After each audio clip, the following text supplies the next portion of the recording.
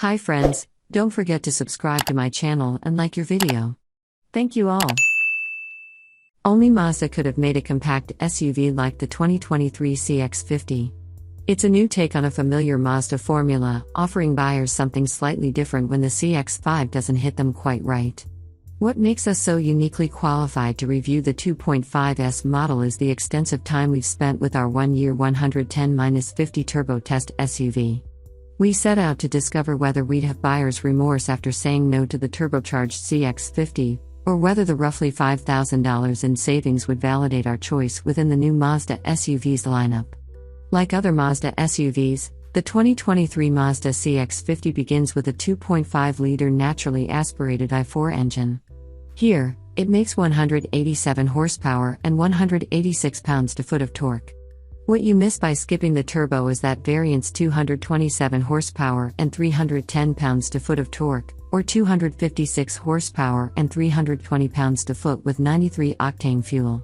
Both models come standard with all-wheel drive and a 6-speed automatic.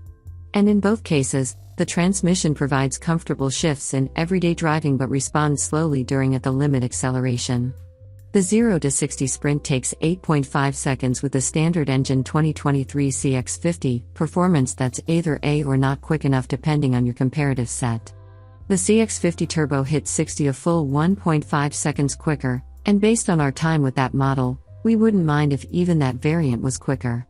Nevertheless, you'll feel the CX-50 Turbo's 1.5 second difference whether you're driving up an on-ramp or attempting to pass on a 2-lane road. By no means is the CX-50 2.5 slow, we're guessing it'll feel just fine if you're stepping out of a 5-10-year-old car, but it's also not on the quicker side of its segment. Slightly quicker base engine compact SUVs include the Toyota RAV4, Subaru Forester, and Mazda CX-5. AWD mainstream trims of each SUV hit 60 in 8.3 seconds in our testing. Neither the Toyota nor the Subaru is nearly as fun to drive as the Mazdas, though. The moderate acceleration isn't a big deal, but it's noticeable if you're a driver who explores the bottom half of the accelerator pedal's travel. Many others might appreciate better fuel economy than the 2023 Mazda CX-50 2.5S can deliver. The AWD SUV comes in at an EPA-rated 24/30ths of a mile per gallon city/highway, which is mid-pack in its segment.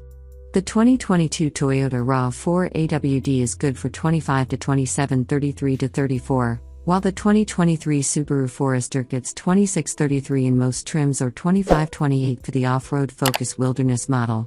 Perhaps the bigger issue is that staying with the CX-50 2.5S instead of the CX-50 Turbo means an improvement of only a single mpg in the city and on the highway. Some cars prove themselves better in real life than when simply comparing numbers on a spec chart. The 2023 Mazda CX-50 2.5S is one of them. Performance on our Figure 8 course, which measures acceleration, braking, handling, and the transitions in between, is unexceptional, but we found the Mazda offers tremendous brake feel and modulation, like a sports car. It's quite well balanced on the skid pad, with minimal understeer, and most of the time it holds the correct gear in sport mode.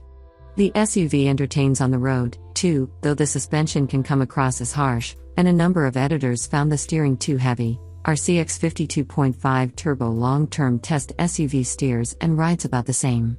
This is the compact SUV as only Mazda does it. Our non-turbo test vehicle rode on 20-inch wheels wrapped in 245/45/20-inch all-season tires. We're curious whether ride quality improves on trims below the 2.5S with Premium Plus. Those models have less aggressive 225/65/17-inch rubber with larger, impact-absorbing sidewalls. Then again, the more performance-oriented tires here likely help the CX-50 deliver an excellent 118-foot panic braking distance from 60 to 0 miles per hour. The RAV4, 120 feet, and Forester, 117 feet, are in the same league, but others in the segment, like the Ford Escape and Volkswagen Tiguan, aren't. The 2023 Mazda CX-50 2.5 does its best to balance emotional and practical needs, but by now you probably know what side this Mazda leans toward. In terms of just being a workaday SUV, the CX-50 doesn't do the job any better than the Honda CR-V or the Kia Sportage.